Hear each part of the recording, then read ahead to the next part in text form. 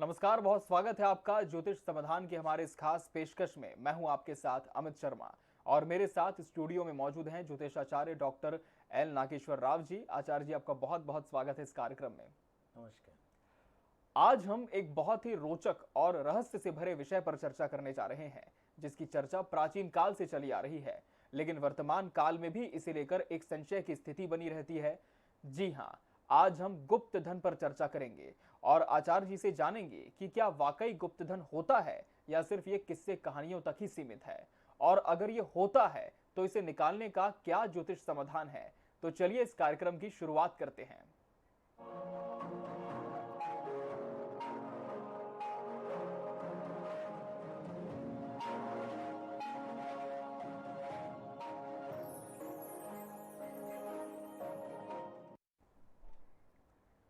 तो जैसा हमारे इस कार्यक्रम का शीर्षक है गुप्त धन, सच्चाई या भ्रम, हम इसी से शुरुआत करते हैं। आचार्य जी, लोगों के मन में गुप्त धन को लेकर बहुत सारी आकांक्षाएं रहती है, बहुत सारी आशंकाएं रहती हैं। कुछ लोग मानते हैं कि ये सिर्फ प्राचीन काल में होता था, वहीं कुछ का कहना होता है कि ये सिर्फ फसाना है।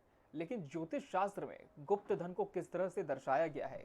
क्या ये सच्चाई है या सिर्फ एक भ्रम के तौर पर इसे जाना गया है? जहाँ तक ज्योतिष शास्त्र का संबंध है तो ज्योतिष शास्त्र में इस प्रकार की गणनाएं हैं, शास्त्र में इस प्रकार का उल्लेख है कि गुप्त धन रहता है। हमारे ज्योतिष शास्त्र में जब भी गुप्त धन की चर्चा होती है तो गुप्त धन तो सबसे पहले ये समझ में आता है कि कोई गड़ा हुआ या छुपा हुआ धन।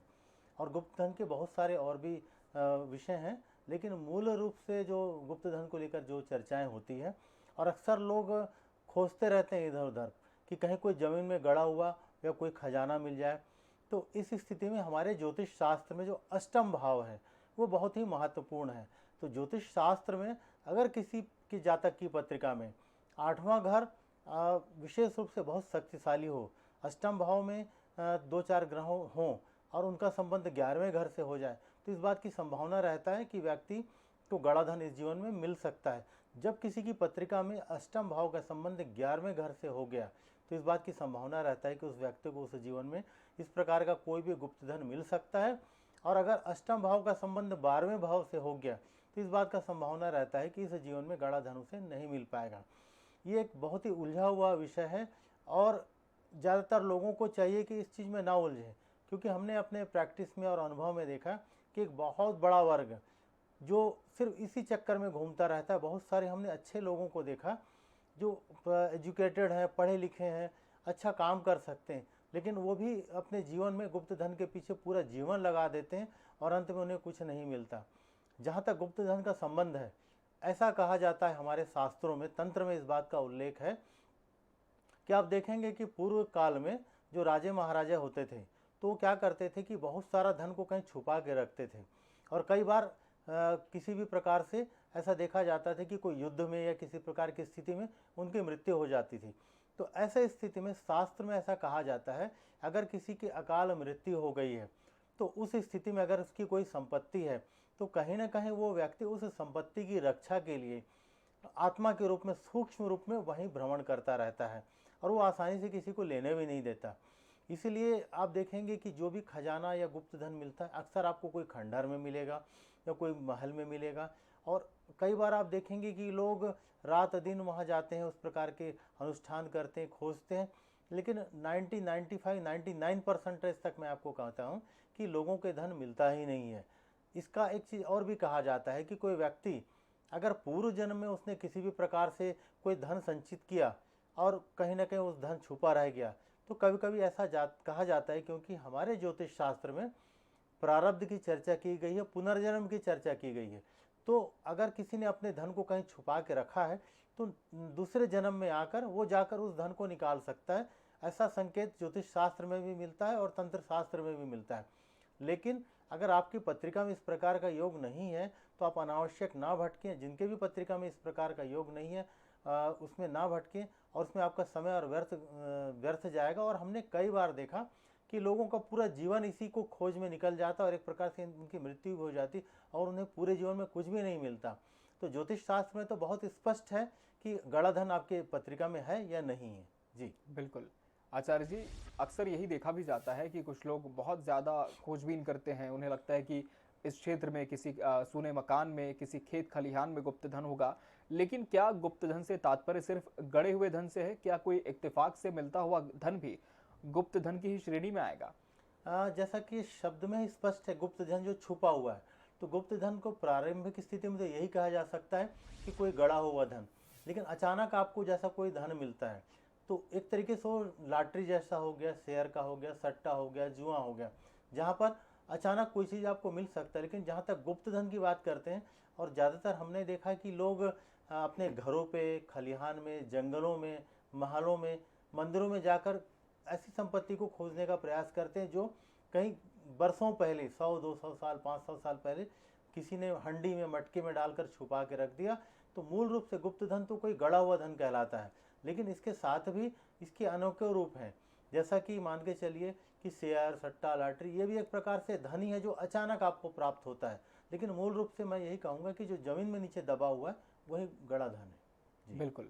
आचार्य जी, सबसे बड़ी बात ये होती है कि पता कैसे चले कि यहाँ पर गुप्त धन है, इस जगह पर वो मौजूद हो सकता है? इसके किस तरह के संकेत देखने को मिलते हैं?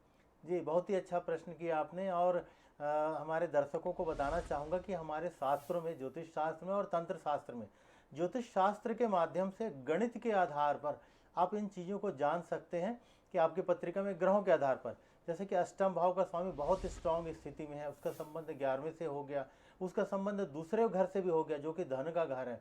तो ऐसे स्थिति में आपके जीवन में धन प्राप्ति का योग बनता है। एक चीज़ और मैं कहना चाहूँगा कि अष्टम भाव का संबंध अगर चौथे भाव से किसी की पत्रिका में हो गया, तो उस स्थिति में पैतृक संपत्ति मिलने का भी योग बनता है, कोई मकान आपको मिल जाएगा। तो 8वां का चौथा से संबंध बन गया तो मकान का योग बनता है, और दूसरा और 11वां से संबंध बन गया तो ऐसी स्थिति में गुप्त धन का योग बनता है। तंत्र शास्त्र में इस प्रकार के बहुत सारी छोटी छोटी बातों का उल्लेख होता है, जिसके आधार पर आपको इस प्रकार का संकेत मिलता है कि आपके आसपास में कोई धन है या नहीं। इसके सबसे पहले तो ऐसा कहा जाता है कि जहाँ पर भी कोई गड़ा धन या गुप्त धन है, तो उस जगह पे लोगों को ठीक से नींद नहीं आता। उस जगह पे आपको कुछ ना कुछ एबनॉर्मल ऐसा महसूस होगा। कई बार लोगों को किसी प्रकार का कोई परछाई दिखता है, या इस प्रकार का कोई ऐसा लगता है कि कोई छाया वहाँ से गुजर रहा है, उस जगह पे बार बार आकर कोई जगह वहाँ से गुजर रहा है। इसका कारण ये होता है कि अगर कोई भी गुप्त धन कहीं किसी का है और कोई ना कोई उसका रक्षक है, जो कोई मृत आत्मा है जिसका ये धन है, तो कहीं ना कहीं उसकी सुरक्षा के लिए वहाँ घूमता रहता है, मंडराता रहता है। इस प्रकार का भी लोग ऐसा कहते हैं कि जो भी इस प्रकार का धन खोजने गए वहाँ किसी की परछाई उन्हें दिखाई देती है। दूसरा, उस जगह पे नाग, काला नाग या सफ़ेद नाग आपको दिखाई देगा। तो अक्सर आपको कोई ऐसा जगह दिखे जहाँ पर काला या सफ़ेद नाग है और अक्सर उसके आसपास इर्द गिर्द घूमता रहता है, तो इससे भी एक संकेत मिलता है कि कहीं ना कहीं उस स्थान पर कहीं ना कहीं कोई गुप्त धन है। तीसरा, जिस जगह पे गुप्त धन है, ऐसा कहा जाता है कि वो ज़मीन हल्की सी गीली रहती है। जैसे कि मान के चलिए पुराने समय में जो खपरेल का घर रहता था, जहाँ मिट्टी वगैरह रहती थी, तो उस जगह पे ऐसा कहा जाता है कि और जगह की तुलना में वो जगह हल्की सी गीली रहती है। तो इससे भी संकेत मिलता है कि वो जगह में कहीं ना कहीं कुछ गुप्त धन इस प्रकार का छुपा हुआ है। एक चीज़ और भी कहा जाता है कि जिस जगह पे कोई गुप्त धन होता है, कहीं ना कहीं कोई उसका रक्षक होता है। तो कहीं ना कहीं कोई पितर जो आपके होते हैं, जो पूर्वज होते हैं, या कोई आत्मा अगर वहाँ रह रही है उस जगह पे, तो कहीं ना कहीं वो आपको संकेत देता है। संकेत कैसा मिलेगा? अगर आपके घर में आसपास कोई गुप्त धन है, तो स्वप्न में आकर आपको कोई बार बार बताने का प्रयास करेगा, कोई आपको संकेत देगा, वो जगह दिखाई देगा। अगर कोई व्यक्ति को स्वप्न में बार बार कोई एक जगह दिखाई देता है जहाँ पर कोई कलश आपको दिखाई देता है सोने से भरा हुआ, तो आप उस जगह पे पता करवा सकते हैं कि वहाँ पर गुप्त धन है या नहीं। उसी प्रकार से ऐसा कहा जाता है कि जो भी आत्माएं होती हैं वो लोगों को संकेतों के माध्यम से आपको बताने का प्रयास करते हैं कि उस जगह पे कोई धन है। लेकिन इसमें 2-3 चीज़ें बड़ा महत्वपूर्ण है जो मैं आपको बताना चाहूँगा कि जो आत्माएं होती हैं, ऐसा कहा जाता है कि कोई सही व्यक्ति मिल गया तभी वो धन उसको प्राप्त हो पाता है। इसलिए लाखों करोड़ों में किसी एक आध को ही मिल पाता है। इसलिए लोगों को इस अनावश्यक भटकाव में नहीं रहना चाहिए, अपना समय व्यर्थ नहीं करना चाहिए, और अपने कार्य जो मेहनत से आप काम कर सकते हैं उसी पे आपको प्रयासरत होना चाहिए। लेकिन अगर आपने प्रारब्ध में कुछ अच्छा कर्म किया है या आपका कोई धन छुपा हुआ है वहाँ पर, तो कहीं ना कहीं इस बात की संभावना रहेगी कि आज नहीं तो कल वो धन किसी न किसी रूप में आपको मिल जाएगा, किसी न किसी संकेत के रूप में मिल जाएगा। और ऐसा भी कहा जाता है कि जो भी गुप्त धन होता है, जो भी आत्माएं वहाँ रहती हैं, तो कहीं ना कहीं वो ऐसे अच्छे व्यक्ति को देखती हैं जो उस धन का सदुपयोग कर सके। जैसा कि किसी की कोई इच्छा रहती है और उसकी किसी भी प्रकार से मृत्यु हो गई, तो उसके मन में ऐसी आकांक्षा है कि इस धन का प्रयोग मैं किसी मंदिर में बनाने में करूँगा, किसी मठ में करूँगा, किसी व्यक्ति विशेष के लिए कार्य करूँगा, कुछ अच्छा कार्य करूँगा, और कहीं व्यक्ति की मृत्यु हो जाती है तो ऐसे स्थिति में ऐसा कहा जाता है कि उनकी आत्मा वहीं भटकते रहती है और वो किसी ऐसे सज्जन पुरुष की खोज करती है, देखते रहती जो आए और उसके मकसद को पूरा करे। तो इस प्रकार से 4-5 प्रकार का संकेत है, इन संकेतों से पता चलता है कि उस जगह पे गुप्त धन है या नहीं। बिल्कुल। आचार्य जी, जिस तरह से आपने अभी जिक्र किया कि जब भी किसी जगह पर गुप्त धन होता है तो वहाँ पर उसका कोई ना कोई रक्षक ही होता है। ऐसे में बाधाएं भी तमाम आती होंगी उसे निकालने के लिए। तो इन तमाम बाधाओं को दूर किस तरह से किया जा सकता है ताकि आपकी जान पर किसी तरह का खतरा ना हो? और इसी के साथ हम एक बिंदु और आपसे समझना चाहेंगे कि ये गुप्त धन जब इतनी मुश्किल से मिलता है तो क्या ये हितकारी होता है या फिर कहीं कोई श्राप भी इसके साथ आ सकता है? जैसा कि कार्यक्रम में हमने पहले ही देखा कि कहीं ना कहीं किसी का छुपाया हुआ धन ही है किसी न किसी रूप में। तो कहीं ना कहीं ऐसा कहा जाता है कि ज़बरदस्ती आपने कहीं धनों को लेने की कोशिश किया, छेड़ने की कोशिश किया। सबसे पहला बात तो 99% ऐसा देखा जाता है, क्योंकि हम लोग इस दिशा में कार्य करते हैं, ज्योतिष से संबंधित कार्य करते हैं, यंत्र मंत्र की तंत्र के ऊपर में कार्य करते हैं। तो अक्सर बड़ी तादाद में लोग आते हैं और वो कहते हैं कि हमने यहाँ पर धन को खोजा, हमें पता चला कि धन है, लेकिन जब वहाँ खोदते हैं तो वहाँ कुछ नहीं मिलता या किसी को खाली मटका मिलता है। ऐसा कहा जाता है कि वो धन अपना स्थान परिवर्तित कर लेता है। और ऐसा भी देखा गया है कि जिन लोगों ने गुप्त धन को लेने का प्रयास किया, कई बार लोगों को प्राणों तक की हानि उठानी पड़ी। तो लोगों को तो पहला बात तो कोशिश करना चाहिए कि इस प्रकार के अनावश्यक चीज़ों में ना उलझें, तो ज़्यादा अच्छा रहेगा। आपको अपनी मेहनत पर ही भरोसा करना चाहिए और अपने मेहनत के माध्यम से कार्य करना चाहिए। लेकिन अगर कहीं पे कोई गुप्त धन है और उन्हें संकेत मिल रहा है, कोई शुद्ध आत्मा है, कोई अच्छी आत्मा है, कोई दैवी शक्ति है जो आपको ये बता रहा है कि वहाँ पर धन है, अगर आपको स्वप्न में कोई धन दिख रहा है, कोई गड़ा हुआ दिख रहा है और स्थान दिख रहा है, तो ऐसी स्थिति में कोई शुद्ध आत्मा है जो आपको वो धन देना चाहती है। तो ऐसे स्थिति में आपको किसी अच्छे साधक से, जो जिन्हें तंत्र का ज्ञान हो, जिसे ज्योतिष शास्त्र का अच्छा ज्ञान हो, उनके माध्यम से, फिर इसकी विशेष विधियां हैं, उन विधियों के माध्यम से इनको निकालने का प्रयास किया जा सकता है।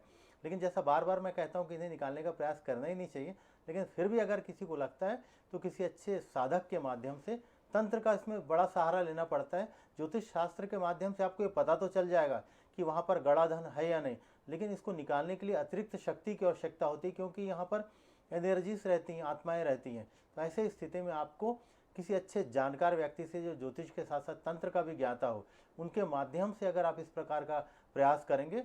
और फिर एक चीज़ और कहा जाता है कि जब इस प्रकार का धन किसी को मिलता है, उसका बहुत बड़ा भाग आपको किसी अच्छे कार्य में खर्चा करना चाहिए, तभी जाकर आप उस धन का उपयोग कर पाएंगे, नहीं तो आप धन का उपयोग ही नहीं कर पाएंगे।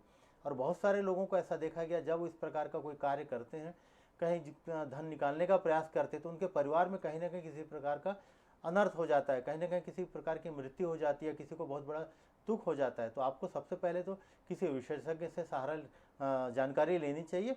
फिर उसके बाद आपको भी ये कोशिश करना चाहिए कि अगर आपको कभी किसी व्यक्ति विशेष को इस प्रकार का कोई धन मिलता है, तो इसका बहुत बड़ा धन, एक बड़ा भाग किसी अच्छे कार्य में करिए, सामाजिक कार्यों में करिए, गरीबों की मदद करिए, किसी मंदिर के निर्माण में करिए। तो ऐसा कहा जाता है कि जब कोई व्यक्ति इस प्रकार का कार्य करता है, तो कहीं ना कहीं जो भी आत्मा है, जो भी उसके रक्षक हैं, जो भी दैवी शक्ति वहाँ पर है, वो आपको आशीर्वाद देंगी और आपको उस धन का उपयोग करने भी देंगे। लेकिन अगर भूले भटके आपने इस प्रकार का कोई धन पा भी लिया, अगर आपका इसको दुरुपयोग करते, तो आपको जीवन में बहुत सारी परेशानियों का सामना करना पड़ेगा। इसलिए गुप्त धन के संबंध में बहुत सोच विचार कर ही कोई निर्णय किसी को करना चाहिए।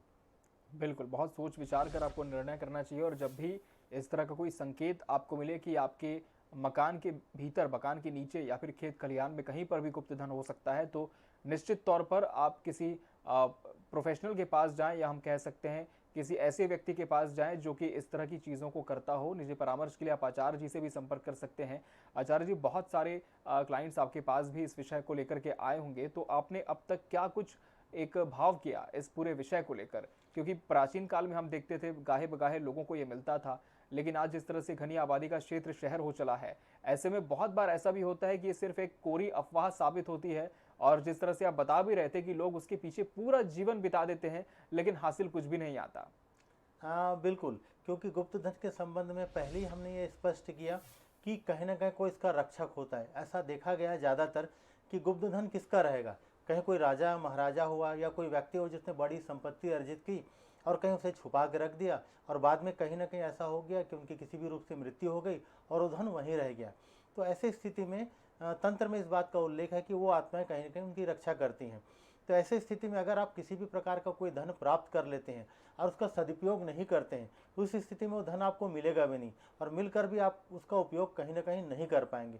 तो ऐसी स्थिति में आपको जैसे हमारे पास बहुत सारे लोग ऐसे आते हैं और लोग कहते हैं कि हमारे घर में कोई गुप्त धन है, और उसके लिए हम लोगों ने बहुत सारे ज्योतिषों को बुलाया, तांत्रिकों को बुलाया और इस प्रकार का उपचार किया, निकालने की कोशिश किया, लेकिन जब वहाँ खुदाई करते हैं तो वहाँ कुछ नहीं मिलता। तो हमने आपको पहले भी कहा कि लाखों में किसी एकाध व्यक्ति को यह मिल पाता है, क्योंकि जो धन गड़ा रह गया, जो भी उसके रक्षक हैं, वो ऐसे व्यक्ति विशेष को देखते हैं जो इस कार्य का सदुपयोग कर पाएगा, या तो फिर कहीं उसका कोई रिश्तेदार हो, पूर्व जन्म का कोई रिश्तेदार हो, या फिर वही व्यक्ति हो जो पुनर्जन्म लेकर इस जीवन में आया, तो वही इन चीज़ों को निकाल सकता है। और क्या होता है कि व्यक्ति, बहुत सारे व्यक्तियों को हमने देखा कि वो लालच के संदर्भ में आकर मेहनत नहीं करते हैं और चाहते हैं कि शॉर्टकट में कहीं से उनको धन मिल जाए। हमने बहुत सारे लोगों को देखा, वो आलसी प्रकृति के होते हैं। ज़्यादातर हमने लोगों को देखा कि आलसी प्रकृति के होते हैं, मेहनत नहीं करना चाहते, लेकिन वो बहुत सारा धन चाहते हैं। तो ऐसे लोग ज़्यादातर, एक बहुत बड़ा वर्ग जो कमज़ोर वर्ग के लोगों का रहता है, गरीब तबके के लोगों का रहता है, वो चाहते कि एन के एन प्रकरण कहीं से भी उनको कोई ऐसा धन मिल जाए और फिर उनकी पूरी दुनिया बदल जाए। लेकिन हमने ऐसा महसूस किया कि वो लोग पूरे जीवन जहाँ पर रहते हैं वहीं रह जाते हैं और एक दर से दर भटकते रह जाते हैं। और कई बार हमने देखा कि लोग आके बताते हैं कि हमने कलकत्ता से कोई तांत्रिक को बुलाया, दिल्ली से बुलाया, वो कई जगह उन्होंने निकाला लेकिन हमारे यहाँ नहीं निकाल पाए। तो इसका बड़ा कारण ये रहता है कि जो भी आत्माएं या जो भी शक्तियाँ होती हैं वो देखती हैं, व्यक्ति विशेष को देखती हैं कि ये व्यक्ति लायक है नालायक है। अगर वो लायक है तभी उसको संपत्ति मिल पाएगा, और नालायक नहीं तो उसको मिल ही नहीं पाएगा। इसलिए सबसे पहला तो ये कोशिश करना चाहिए कि आप इस चीज़ में ना उलझें, लेकिन अगर आपको उलझना है तो फिर अच्छे से हर पहलू से विचार करके फिर जो भी इसके कुछ अनुष्ठान, बड़े बड़े अनुष्ठान होते हैं, तो जिनका भी जो भी रक्षक वहाँ रहते हैं उनकी उनकी विधिवत उनकी पूजा की जाती है, उनसे अनुमति मांगी जाती है। क्योंकि आप अगर बगैर अनुमति का कोई भी चीज़ लेने का प्रयास करेंगे तो कहीं ना कहीं आपको नुकसान होगा। तो पहले उन शक्तियों से अनुमति लीजिए, अपने कुल देवी देवता से अनुमति लीजिए, उसके बाद किसी अच्छे ज्योतिषाचार्य से या जो ज्ञाता है इस चीज़ के, उनसे संपर्क करके फिर आप इसका उपयोग सही रूप से करने का प्रयास करेंगे। पहले ही आप ये संकल्प कर लें कि अगर मुझे धन मिलेगा तो मैं सही रूप से करूँगा। क्योंकि ज़्यादातर हमने ऐसे नीचे तबके के लोगों को पाया जिनके पास आर्थिक रूप से स्थिति बहुत अच्छी नहीं है, तो वो चाहते हैं कि कहीं भी पैसा मिल जाए तो कोई शराब पीने जाएगा, कोई जुआ खेलने जाएगा। तो जब आपकी मानसिकता ही ऐसी रहेगी तो आपको धन कहाँ से मिल पाएगा। तो सबसे पहले अपनी मानसिकता को बदलने की आवश्यकता है। पहले बात तो इसमें ना उलझें, लेकिन अगर आप उलझते हैं तो किसी अच्छे ज्ञाता से, ज्योतिषाचार्य से, तांत्रिक से, जिसे इस बात का अच्छे से ज्ञात है, और फिर इसका सही उपयोग करेंगे तो ऐसे स्थिति में आपको इस बात की संभावना रहेगी कि कहीं ना कहीं जो गुप्त धन है वो आपको मिल पाएगा। जी बिल्कुल। आचार्य जी, यदि हमने रक्षकों से अनुमति ले ली, हमने तमाम संकेतों को अच्छी तरह से भांप लिया, और जब बारी आती है गुप्त धन को वहां से निकालने की, उस जगह से निकासी करने की, तो क्या ऐसे में कोई मुहूर्त या फिर कोई शुभ पहर भी देखा जाता है जिसके दौरान ये पूरा अनुष्ठान करना बहुत जरूरी होता है? बिल्कुल, जब भी इस प्रकार की कोई विधि करनी होती है तो पहले मुहूर्त ही, सबसे पहले तो मुहूर्त देखा जाता है। ऐसा प्रबल योग जहाँ पर हमें इस प्रकार का कोई धन हमें मिल सके। इसके बाद फिर मुहूर्त में ही इस प्रकार के कार्य को किया जाता है। तो जब भी ऐसा लोगों से पता चलता है कि जब भी आप इस प्रकार का कोई कार्य करेंगे तो घर में किसी का तबीयत खराब हो जाएगा, किसी को इस प्रकार की दिक्कत आ जाएगी। जब भी इस प्रकार का, जब आप गड्ढा वगैरह खोदते हैं जहाँ पर धन है, आपको कोई सर्प निकलते हैं, कई प्रकार के सर्प वहाँ आपको देखने को मिलेंगे। जब भी 2-4-5 फुट गड्ढा खोदेंगे सामान्य जगह रहेगा, लेकिन आप देखेंगे अचानक से कोई बहुत बड़ा काला या सफ़ेद सर्प वहाँ से आ गया, या फिर ज़मीन के नीचे से सर्प, कई जगह बार लोग कहते हैं कि बहुत सारे सर्प एक के बाद एक सर्प नीचे से निकल रहे हैं। तो ऐसी स्थिति में आपको आपकी प्राणों की भी हानि हो सकती है। तो इसीलिए पहले अनुमति लीजिए, जो भी वहाँ के रक्षक हैं, जो भी शक्तियाँ वहाँ पर हैं, उनसे अनुमति लेने के बाद उनसे संकल्प करिए और प्रार्थना करिए कि मैं इसका सामाजिक कार्यों के लिए, अच्छे कार्यों के लिए, और अगर कोई शक्ति है तो उनसे अनुमति लीजिए कि वो किस कार्य के लिए इसका उपयोग करना चाहते हैं। उनसे अनुमति लेकर अगर वो शहर से तैयार होते हैं तब आप ऐसा करेंगे तो आप इस धन का लाभ ले पाएंगे। कभी कभी ऐसा कुछ लोग कहते हैं कि उन्होंने इस प्रकार का प्रयोग किया और उन्हें धन लाभ हुआ, लेकिन क्योंकि ये बात कोई किसी को दिखाता है ना बताता है, इसलिए बहुत स्पष्ट रूप से नहीं कहा जा सकता कि मिला या नहीं मिला। लेकिन एक बहुत सारे लोगों से जो हमने विचार विमर्श किया, जो हमारे पास मार्गदर्शन के लिए आते हैं, तो उसमें ज़्यादातर लोग कहते हैं कि 90-95% लोगों को कहीं कुछ नहीं मिलता। इक्का दुक्का लोग कहते हैं कि उन्हें मिला है, लेकिन उसका भी कोई प्रामाणिकता नहीं रहता है। जी जी।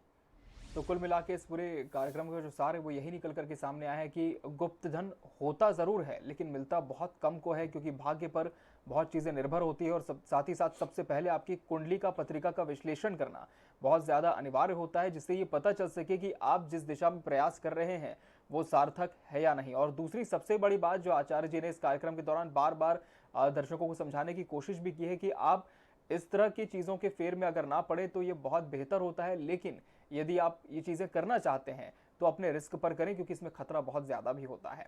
आचार्य जी, आपका बहुत बहुत धन्यवाद, आपने अपना कीमती वक्त हमें इस कार्यक्रम के लिए दिया और दर्शकों को इस विषय पर विस्तार से जानकारी दी। इसी के साथ हमारे इस खास पेशकश में फिलहाल इतना ही, दीजिए इजाजत, नमस्कार।